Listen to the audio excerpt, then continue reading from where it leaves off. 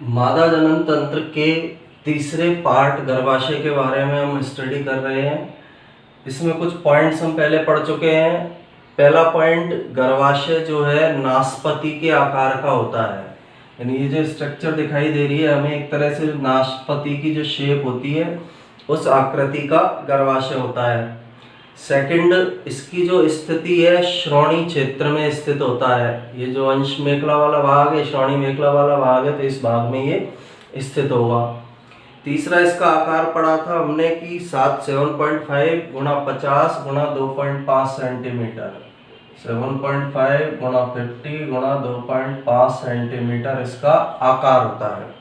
7.5 इसकी लेंथ लंबाई है, 50 सेंटीमीटर इसकी चौड़ाई है और 2.5 सेंटीमीटर इसकी मोटाई होती है।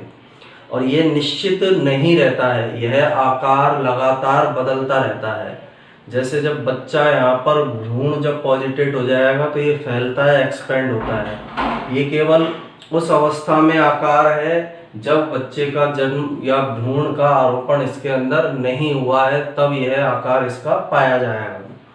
तीसरा, हमने पढ़ा था कि श्रोणि मेखला में जो गर्भाशय है उसको पकड़े रखने का कार्य या पीछे से उसको सपोर्ट देने का कार्य 3 लिगामेंट के द्वारा किया जाता है।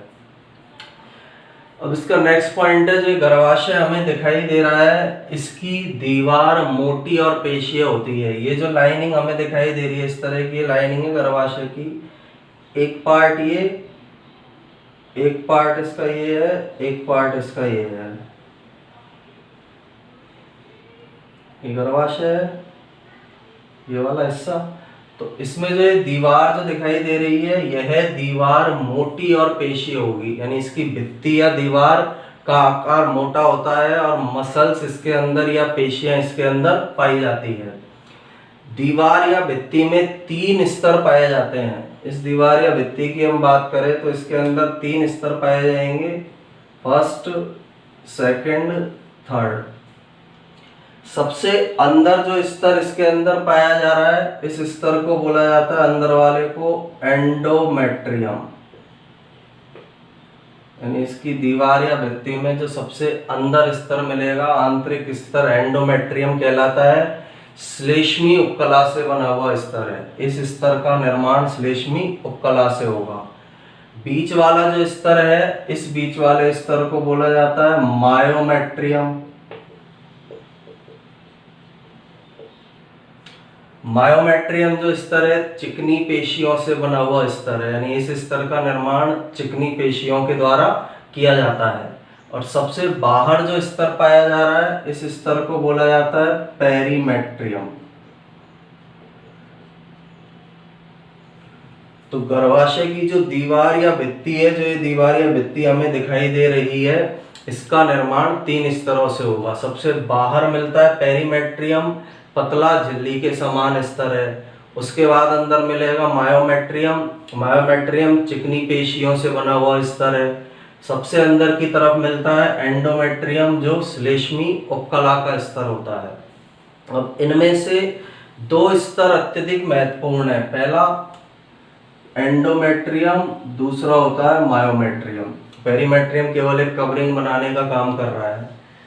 एंडोमेट्रियम जब मासिक चक्र होता है उस दौरान गर्भाशय का यह एंडोमेट्रियम स्तर झड़ता है। जो ब्लड के साथ जो ब्लड वाहिकाएं आती है, रक्त जो निकलता है मासिक चक्र में, उसके साथ में यह एंडोमेट्रियम स्तर झड़ता है। तो मासिक स्त्राव के साथ गर्भाशय का यह एंडोमेट्रियम स्तर टूटकर अलग होगा। एंडोमेट्रियम में भी एक स्पेशल परत होती है जिसे हम बोलते हैं स्ट्रेटम फंक्शनैलिस।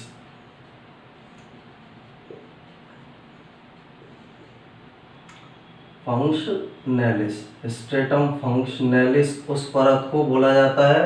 तो वो स्ट्रेटम फंक्शनैलिस परत मासिक चक्र के दौरान हर 28 दिन की अवधि में टूटती है और झड़कर नष्ट होती है।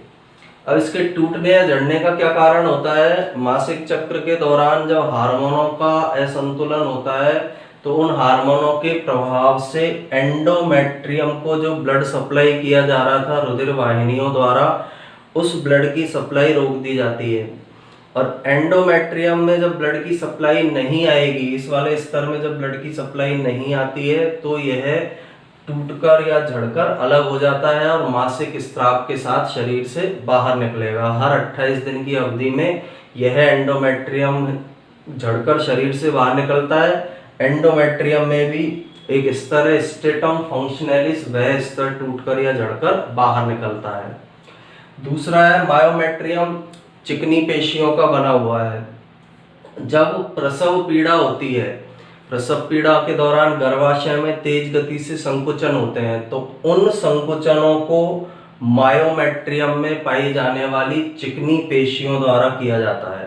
प्रसव पीड़ा के दौरान गर्भाशय में जो संकुचन उत्पन्न होंगे, उन संकुचनों को गर्भाशय की मायोमेट्रियम में पाई जाने वाली चिकनी पेशियां प्रेरित करती है।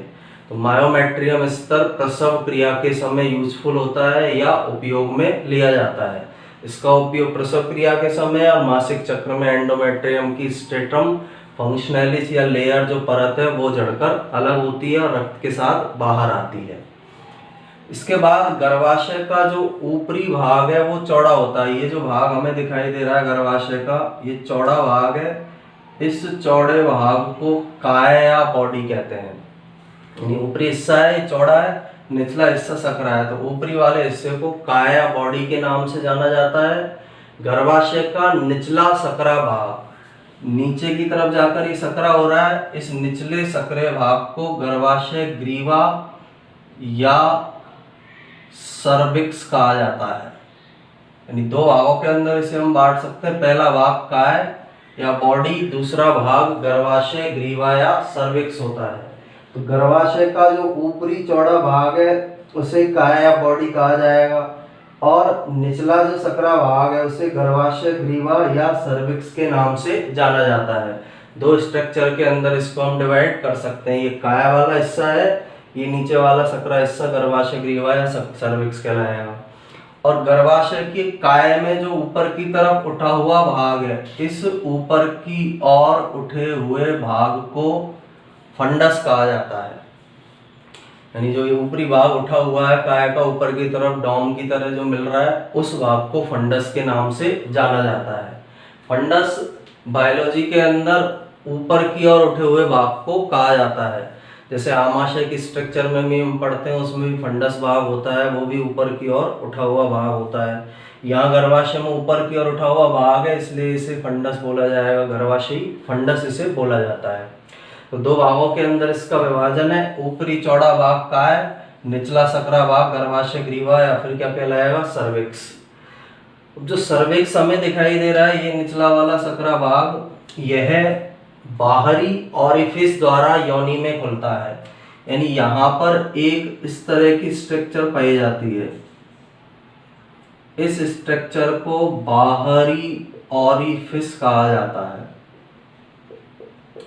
एक तरह का ये छिद्र है, इस छिद्र को बाहरी ऑरिफिस या बाहरी ओस, एक्सटर्नल ओस, ओएस के नाम से इसको जाना जाता है। यानी सर्विक्स वाला भाग है, सर्विक्स वाला भाग योनि में बाहरी ऑरिफिस के द्वारा खुलेगा। बाहरी ऑरिफिस एक प्रकार का छिद्र होता है, इसके द्वारा ये बाहर, इसके द्वारा सर्विक्स भाग योनि में खुलता है। इसके अलावा निषेचन के बाद निर्मित भ्रूण प्लेसेंटा द्वारा गर्भाशय की दीवार से जुड़ा रहता है, जहां इसे सुरक्षा और पोषण दिया जाता है। जब फैलोपियन नलिका के अंदर फर्टिलाइजेशन हो जाएगा, युग्मनज बनेगा, युग्मनज गति करता हुआ यहाँ आता है गर्भाशय में और गर्भाशय की दीवार पर ये अटैच हो जाता है। यहाँ पर निषेचन के बाद भ्रूण का क्या होता है, आरोपण। इसकी दीवार में यह जुड़ता है, प्लेसेंटा की सहायता से जुड़ता है, प्लेसेंटा या अपरा संरचना की सहायता से जुड़ेगा और यहाँ इसे जो भ्रूण आकर लगा है, जुड़ा है, उस क्रिया को बोला जाता है आरोपण। और यहाँ इसे सुरक्षा और पोषण दिया जाता है। जो भ्रूण अटैच हुआ है, भ्रूण का आरोपण हुआ है, उस भ्रूण को गर्भाशय की दीवार के द्वारा या प्लेसेंटा के द्वारा सुरक्षा और पोषण प्रदान किया जाता है। तो ये हमारा तीसरा भाग था मादा जनन तंत्र के अंदर, जिसे गर्भाशय कहते हैं। सिंपली पहला तो नासपति के आकार की संरचना है। दूसरा आकार इसका पड़ा है 7.5 × 50 × 2.5 सेंटीमीटर है। श्रोणि भाग में स्थित है। 3 लिगामेंट द्वारा पीछे की तरफ श्रोणि भाग से ये जुड़ा हुआ है। चौथा, दीवार मोटी और पेशीय है। ये जो दीवार दिखाई दे रही है, भित्ति दिखाई दे रही है, मोटी और पेशीय होगी।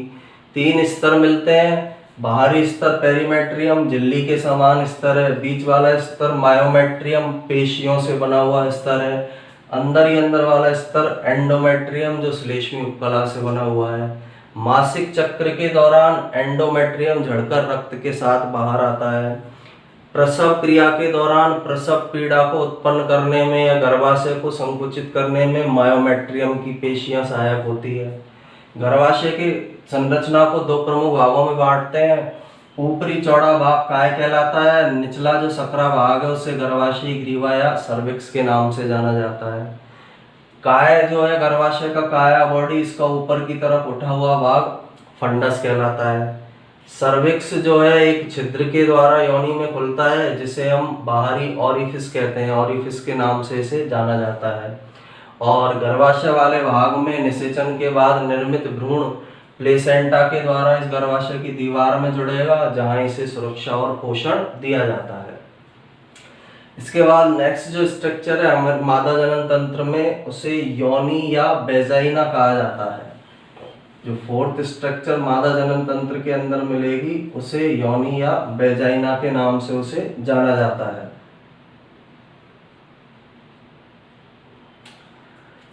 अब योनि या वेजाइना क्या होती है? सबसे पहले तो लचीली पेशीय झिल्ली के समान नलिका है। एक नलिका है, एक ट्यूब लाइक स्ट्रक्चर है, लचीली होती है। इसमें इलास्टिसिटी का गुण पाया जाता है। यह फैल भी सकती है और संकुचित भी हो सकती है। इसकी भित्ति की कोशिकाओं में ग्लाइकोजन का संचय होता है। ये जो भित्ति पाई जा रही है योनि की, इसकी भित्ति की कोशिकाओं के अंदर ग्लाइकोजन को इकट्ठा किया जाता है। अब ग्लाइकोजन को क्यों इकट्ठा किया गया है? क्योंकि योनि के अंदर एक विशेष प्रकार के जीवाणु उपस्थित होते हैं, जिन्हें लैक्टोबैसिलाई जीवाणु कहते हैं। ये लैक्टोबैसिलाई जीवाणु इसकी दीवार में संचित ग्लाइकोजन का उपयोग करते हैं और किण्वन क्रिया करते हैं। और किण्वन क्रिया के द्वारा योनि में उपस्थित श्लेष्मा को, यहाँ जो श्लेष्मा उपस्थित होगा योनि में, इस तरह इसमें एक तरल श्लेष्मा पाया जाता है। तो योनि में उपस्थित श्लेष्मा को ये लैक्टोबैसिलाई जीवाणु अम्लीय बनाते हैं। यानी योनि की भित्ति में ग्लाइकोजन मिल रहा है।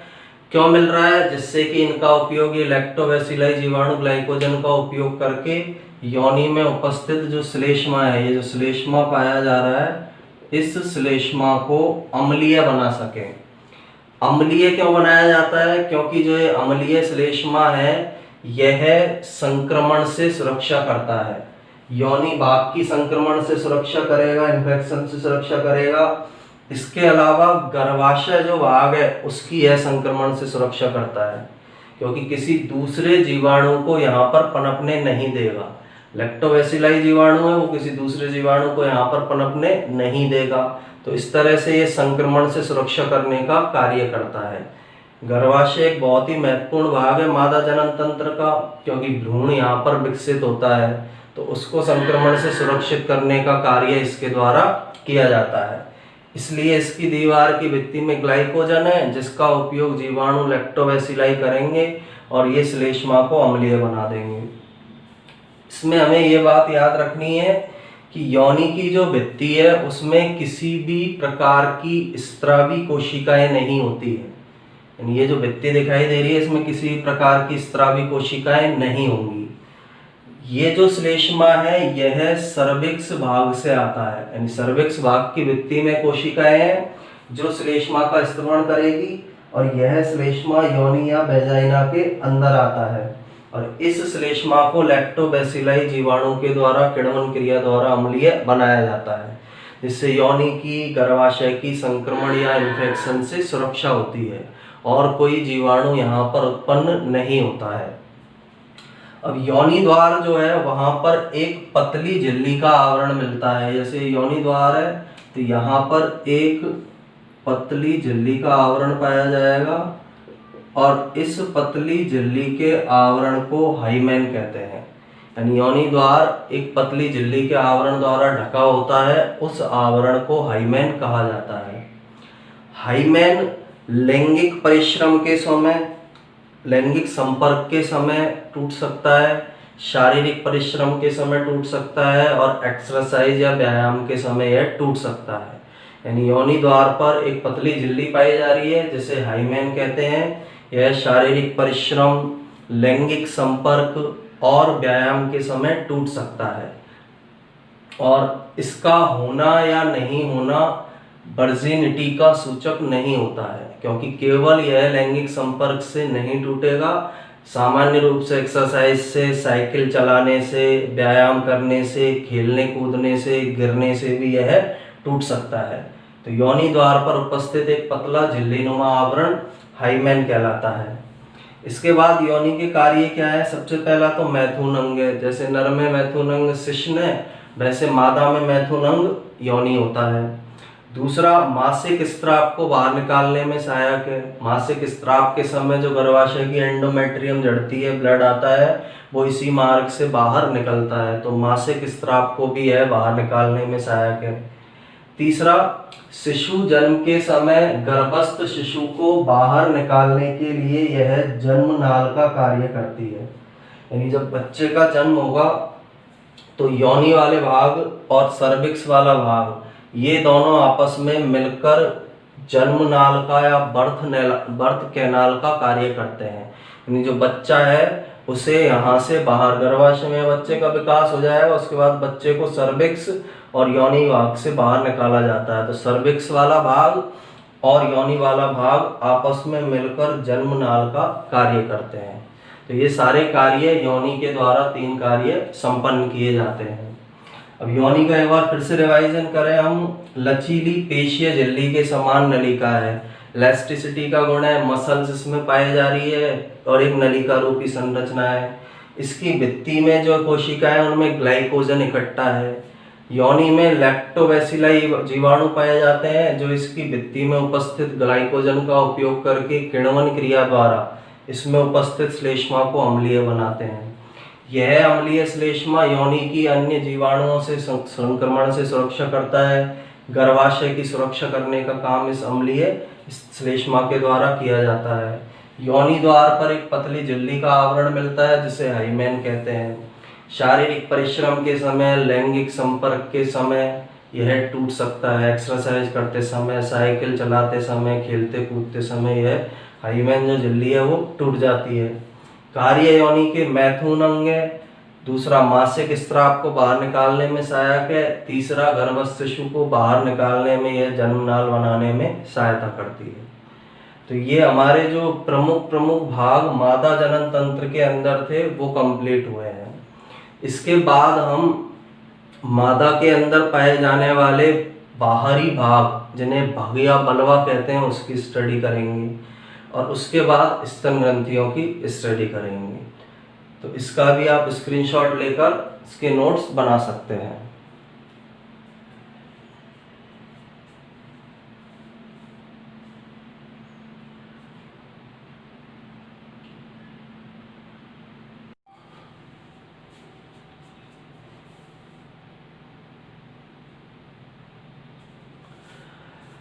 मादा जनन तंत्र में हम 4 भागों के बारे में स्टडी कर चुके हैं। इसका नेक्स्ट जो 5th भाग है भग या बलवा कहलाता है और ये जो डायग्राम हमने बनाया है भग या बलवा का डायग्राम है। भग या बलवा होता क्या है?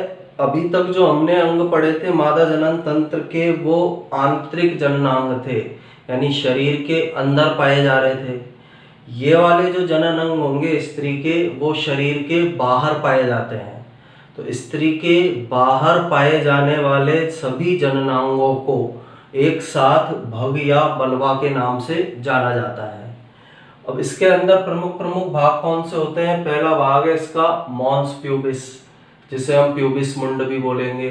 सेकंड भाग लेबिया मेजोरा। फर्स्ट भाग मॉन्स प्यूबिस, सेकंड भाग लेबिया मेजोरा होता है। थर्ड भाग लेबिया माइनोरा होगा। फोर्थ पार्ट इसका क्लाइटोरिस होगा। फिफ्थ पार्ट इसका वेस्टिब्यूल होगा और 6 पार्ट इसका बार्थोलिन की ग्रंथि है। तो ये सब 6 भाग आपस में मिलकर भग या बलवा भाग का निर्माण करते हैं। अब इसमें सबसे पहले परिभाषा तो इसकी है, स्त्री के सभी बाह्य जनन अंग भग या बलवा कहलाते हैं। अभी तक जो भी पढ़े थे, गर्भाशय, अंडाशय, योनि और फैलोपियन नलिका, वो सारे आंतरिक भाग थे, जबकि ये बाह्य जनन अंग, वो आंतरिक जनन अंग थे, ये बाह्य जनन अंग है। स्थिति भग या बलवा की है श्रोणी क्षेत्र में पेरिनियम के ऊपर स्थित। अब श्रोणी क्षेत्र हम सबको पता है कमर से निचला हिस्सा है। पेरिनियम क्षेत्र होता है गुदा से ऊपर का क्षेत्र। जो गुदा वाला भाग है मानव के पाचन तंत्र में, गुदा भाग से ऊपर की साइड का जो क्षेत्र होगा उसे पेरिनियम क्षेत्र बोला जाता है। तो भग या बलवा की स्थिति होती है श्रोणी क्षेत्र में, पेरिनियम के ऊपर की तरफ ये भग या बलवा भाग पाए जाते हैं। और पेरिनियम भाग गुदा और भग के बीच का क्षेत्र है, या हम ये बोल सकते हैं गुदा के ऊपर वाला भाग पेरिनियम है, जहां पर ये भग या बलवा उपस्थित होंगे। पहला भाग इसका प्यूबिस मुंड या मॉन्स प्यूबिस कहलाता है। सबसे फर्स्ट स्ट्रक्चर भग या बलवा की मॉन्स प्यूबिस या प्यूबिस मुंड है। अब प्यूबिस मुंड क्या होता है, जो मादा में उदर वाला भाग है उससे नीचे का हिस्सा, थोड़ा उभरा हुआ हिस्सा पाया जाता है। जो उधर भाग जहाँ खत्म होता है वहां से नीचे उभरा हुआ भाग मिलेगा, उस उभरे हुए भाग को मॉन्स प्यूबिस या प्यूबिस मुंड कहते हैं। उधर भाग से नीचे थोड़ा उभार में पाया जाता है, उस उभार को मॉन्स प्यूबिस या प्यूबिस मुंड कहते हैं।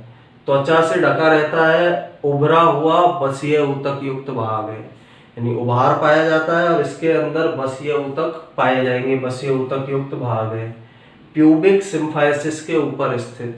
प्यूबिक सिम्फाइसिस होता है श्रोणी मेखला में अस्थियों का जॉइंट, तो उस प्यूबिक सिम्फाइसिस के जस्ट ऊपर यह मॉन्स प्यूबिस भाग पाया जाता है। एक उभरा हुआ सा भाग या उभरी हुई सी स्ट्रक्चर पाई जाएगी, इस तरह की उभार पाया जाता है, उस उभार को ही हम मॉन्स प्यूबिस कहते हैं। इसके बाद सेकंड भाग लेबिया मेजोरा या बृहद भगोष्ठ। लेबिया मेजोरा क्या है, प्यूबिस मुंड से नीचे स्थित एक जोड़ी लंबवत बलन।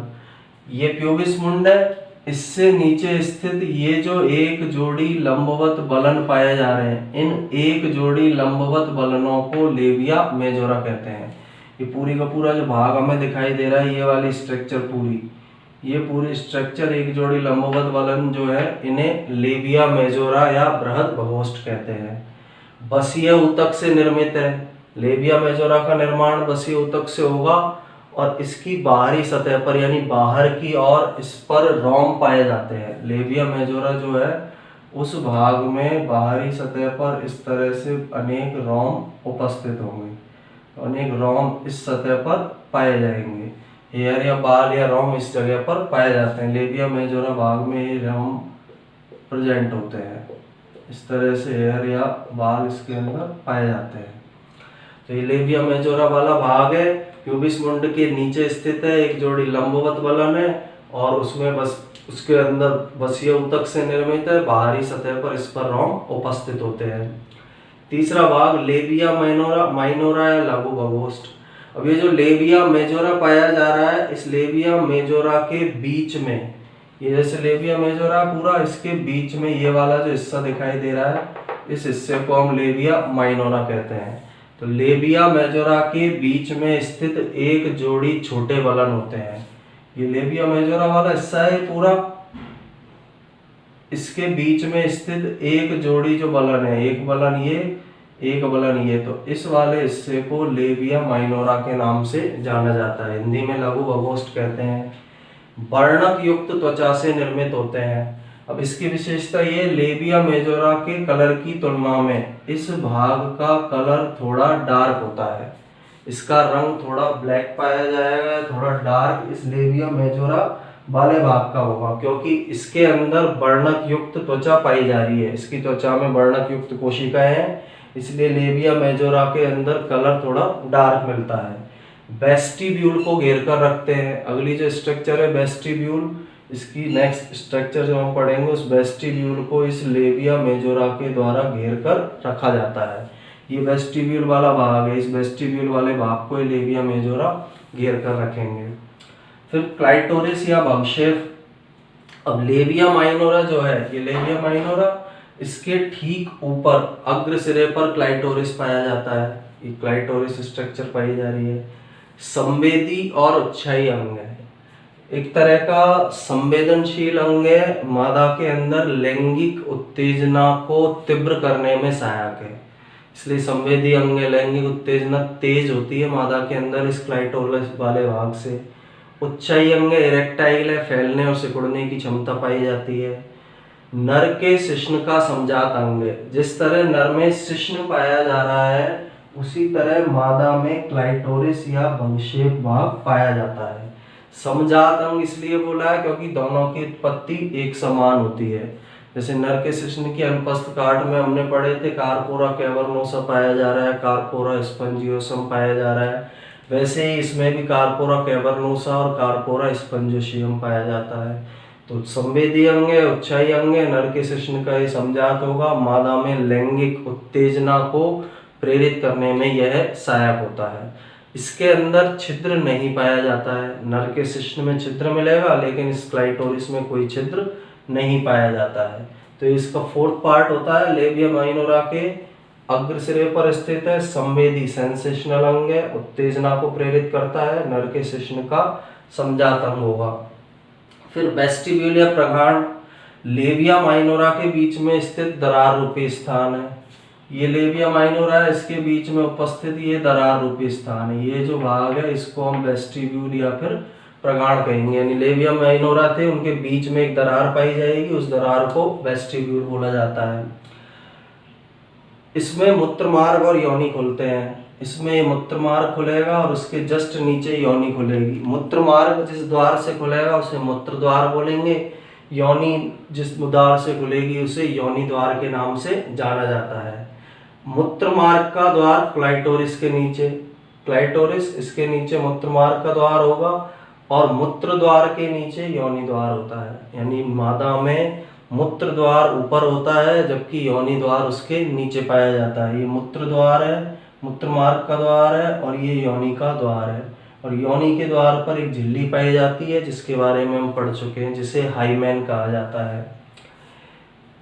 इसके बाद नेक्स्ट जो ग्लैंड या ग्रंथियां है बार्थोलिन ग्रंथियां, 6th पार्ट इसका होता है।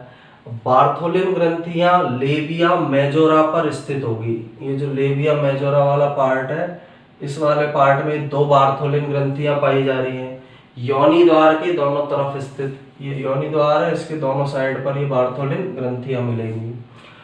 क्षारीय तरल पदार्थ स्रावित करती है, इनका काम है बार्थोलिन की ग्रंथियों का क्षारीय तरल पदार्थ को स्रावित करना, और यह क्षारीय तरल पदार्थ इस पूरे भग या बलवा भाग को नम बनाए रखता है, इसे नमी प्रदान करने का कार्य करता है और लैंगिक व्यवहार को सरल बनाता है। लैंगिक व्यवहार को सरल बनाने में भी ये सहायक है। इसके कारण भग या बलवा भाग नम बना रहेगा और घर्षण की क्रिया ज्यादा नहीं होती है।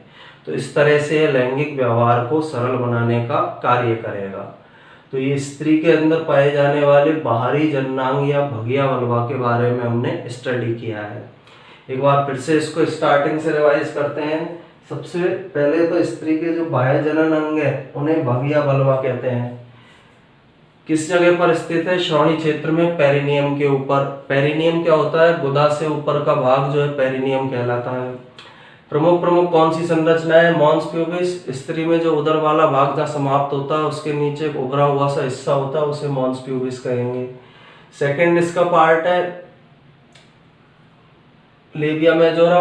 मॉन्स प्यूबिस से नीचे की तरफ 2 अनुदैर्ध्य बलन मिलते हैं, इस तरह के फोल्ड पाए जा रहे हैं, इन फोल्ड को लेबिया मेजोरा कहा जाता है। तीसरा लेबिया माइनोरा। लेबिया मेजोरा के अंदर की तरफ 2 छोटे फोल्ड मिलेंगे, इनको हम लेबिया माइनोरा कहेंगे। Fourth clitoris. लेबिया माइनोरा के अग्र सिरे पर एक अंग पाया जा रहा है, समजात अंग है नर का, जिसे हम क्लाइटोरिस कहते हैं। Fifth vestibule. लेबिया जो माइनोरा है इसके अंदर एक दरार रूपी स्थान पाया जा रहा है, जिसे वेस्टिब्यूल या प्रगाढ़ कहेंगे। इसी में मूत्र द्वार पाया जाता है, इसी में योनि द्वार पाया जाता है। मूत्र द्वार ऊपर होगा और योनि द्वार नीचे होगा। लास्ट बार्थोलिन की ग्रंथियां लेबिया मेजोरा पर उपस्थित होगी और योनि द्वार के दोनों तरफ होती है, क्षारीय तरल पदार्थ स्रावित करती है और यह क्षारीय तरल पदार्थ पूरे भग या बलवा भाग को नम बनाए रखता है और लैंगिक व्यवहार को सरल बनाता है। तो ये स्ट्रक्चर हमारी भग या बलवा के बारे में है। इसके भी नोट्स बनाने के लिए आप इसका स्क्रीनशॉट ले सकते हैं।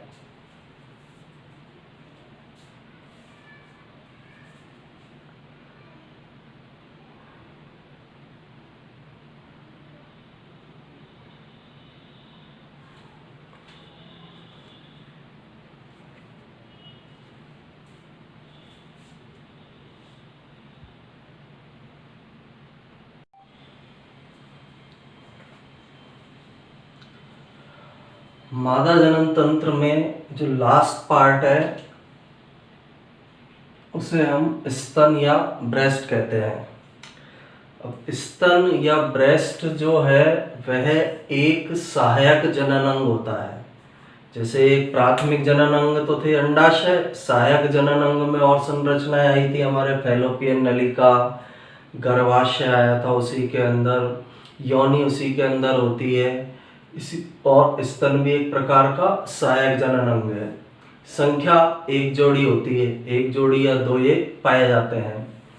इनके अंदर स्तन ग्रंथियां या मेमेरी ग्लैंड उपस्थित होती है और उन स्तन ग्रंथियों के द्वारा दुग्ध का स्त्रवण किया जाता है जो बच्चे को पोषण प्रदान करने का कार्य करता है। अब सबसे पहले इसकी स्थिति है, जो स्तन है वक्ष के सामने अंशीय पेशियों के ऊपर स्थित होते हैं। ये वक्ष वाला भाग है, इसके सामने जो अंश मेखला है वहां पर अंशीय पेशियां पाई जा रही है। उन अंशीय पेशियों के ऊपर स्तन स्थित होंगे। जैसे वक्ष वाला भाग, पीछे की तरफ इसमें पसलियां मिलेंगी, रिब्स, उसके बाद अंश मेखला की पेशियां हैं, अंशीय पेशी, तो इन अंशीय पेशियों के ऊपर स्तन स्थित होते हैं। ये इनकी स्थिति है। अंश मेखला की अंशीय पेशियों के ऊपर ये पाए जाएंगे, अंशीय पेशियां हैं, इनके ऊपर ये पॉजिटेड होते हैं या स्थित होते हैं। स्तन ग्रंथि में संयोजी ऊतक पाया जाएगा अंदर की तरफ, जो 15 से 20 नलिकाकार कोष्ठीय पालिकाओं से बना होता है। यानी ये स्तन ग्रंथि के अंदर वाले भाग को हम देखें तो इसमें संयोजी ऊतक पाया जा रहा है और इस संयोजी ऊतक में इस प्रकार की, जैसे ये एक पाली बना रखी है हमने, ये फर्स्ट पाली है, ये सेकंड पाली है, ये थर्ड पाली है, तो इस तरह की 15 से 20 नलिकाकार कोष्ठीय पालियां पाई जाती है। जैसे 3 पालियां हमने दिखाई है, ऐसी 15 से 20 नलिकाकार कोष्ठीय पालियां स्तन के संयोजी ऊतक के अंदर या स्तन के संयोजी ऊतक में पाई जाएगी। और पालियों के बीच बीच में बसीय ऊतक उपस्थित होता है। ये जो पालियां हैं इनके बीच बीच में भी बसीय ऊतक होगा। बाकी इन पालियों के बाहर की तरफ भी बसीय ऊतक उपस्थित होता है। ये जो ग्रीन कलर से दिखा रखा है ये हमने बसीय ऊतक है। तो पूरे स्तन में ये बसीय ऊतक पाया जाता है। प्रत्येक पाली में अंगूर के गुच्छे के समान दुग्ध ग्रंथियां उपस्थित होती है जो दुग्ध का स्त्रवण करती है। अब इन पालियों के अंदर यहाँ पर ये जो हमको दिखाई दे रही है, ये जो संख्या दुग्ध ग्रंथियां हैं, दुग्ध ग्रंथियों को ही हम स्तन कूपिका भी बोल सकते हैं। ये पाली है, एक पाली के अंदर जो स्तन कूपिकाएं दिखाई दे रही है, एक प्रकार की दुग्ध ग्रंथियां हैं। अंगूर के गुच्छे के समान दुग्ध ग्रंथियां मिलेगी और इन स्तन कूपिकाओं के द्वारा दुग्ध का स्त्रवण किया जाता है। पाली की पहले स्तन पाली के अंदर स्तन कूपिका या दुग्ध ग्रंथि मिलेगी और उनके द्वारा दूध का स्त्रवण किया जाएगा। ये दुग्ध पालियां हैं, 1 2 3 4 5 6, ये दुग्ध पालियां या स्तन कूपिका कहलाती है। फिर प्रत्येक पाली से छोटी वाहिनियां निकलती हैं। अब ये जो पाली है एक, इससे छोटी वाहिनियां निकली, इन छोटी वाहिनियों को हम स्तन नलिका कहते हैं। हर पाली से हर पाली, एक पाली से, दूसरी से, तीसरी से, चौथी से छोटी छोटी नलिकाएं निकलेंगी, उन नलिकाओं को स्तन नलिका कहेंगे। और ये स्तन नलिकाएं लैक्टिफेरस नलिका में खुलती है। ये स्तन नलिकाएं, ये जो नलिकाएं दिखाई दे रही है, इन लैक्टिफेरस नलिकाओं के अंदर या दुग्ध नलिकाओं के अंदर ये ओपन होती है। दुग्ध वाहिनी के अंदर ये ओपन होगी या फिर खुलेगी। तो प्रत्येक पाली से छोटी वाहिनियां निकलती है, स्तन नलिकाएं, ये स्तन नलिकाएं लैक्टिफेरस नलिका में खुलती है, और ये लैक्टिफेरस नलिकाएं फिर आगे की तरफ जाकर किसके अंदर ओपन हो जाती है, निप्पल वाले भाग के अंदर ओपन हो जाती है। इन लैक्टिफेरस नलिकाओं को निप्पल वाले भाग के अंदर ओपन कर दिया जाता है। अब निप्पल क्या होता है, स्तन जो है उनके शीर्ष पर एक उभरी हुई संरचना पाई जाती है। इस उभरी हुई संरचना को निप्पल के नाम से जाना जाता है। ये जो उभरी हुई स्ट्रक्चर दिखाई दे रही है इसे निप्पल बोला जाएगा। निप्पल के पास का क्षेत्र गहरे रंग का होता है। अब जो निप्पल वाला भाग है उसके आसपास का क्षेत्र थोड़ा गहरे रंग का होगा, यहाँ का कलर थोड़ा सा डार्क होता है, और ये जो डार्क क्षेत्र पाया जाता है इस डार्क क्षेत्र को एरियोला कहा जाता है। यानी इस निप्पल वाले भाग के पास का क्षेत्र थोड़ा डार्क कलर का होता है, उस डार्क कलर के भाग को एरियोला के नाम से जाना जाता है। निप्पल में 0.5 mm के 15 से 25 छिद्र पाए जाते हैं।